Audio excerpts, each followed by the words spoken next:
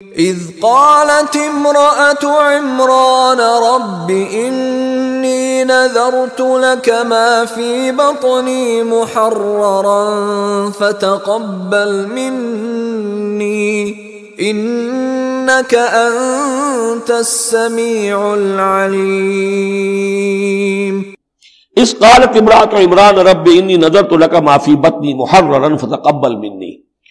اب یہ جو عمران کی بیوی ہیں یعنی حضرت مریم کی والدہ، یہ بہت نیک عورت تھی، بہت ہی متقی، نیک، زاہد۔ ان کو حمل ہوا تو انہوں نے پروردگار سے ایک منت مانی، نظر مانی، رب انی نذرت لک ما فی بطنی، جو میرے پیٹ میں جو بھی بچہ اے اللہ تو پیدا فرما رہا ہے میں تیری ہی نظر کرتی ہوں، یعنی دنیاوی کوئی ذمہ داریوں کا بوجھ اس پر نہیں ہم ڈالیں گے، اور ہیکل کی خدمت کے لیے، دین کی خدمت کے لیے، تورات کی خدمت کے لیے اس کو وقف کر دیں گے، ہم اپنا بھی کوئی بوجھ ان پر نہیں ڈالیں گے، اس توقع میں کہ اللہ بیٹا عطا کرے گا۔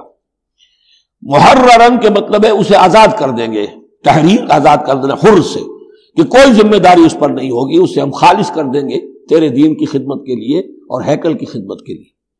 فتقبل منی، تو اے اللہ میری اس نظر کو تو قبول فرما لے، شرف قبول عطا فرما۔ انک انت السمیع العلیم، یقیناً تو سب کچھ سننے والا اور سب کچھ جاننے والا ہے۔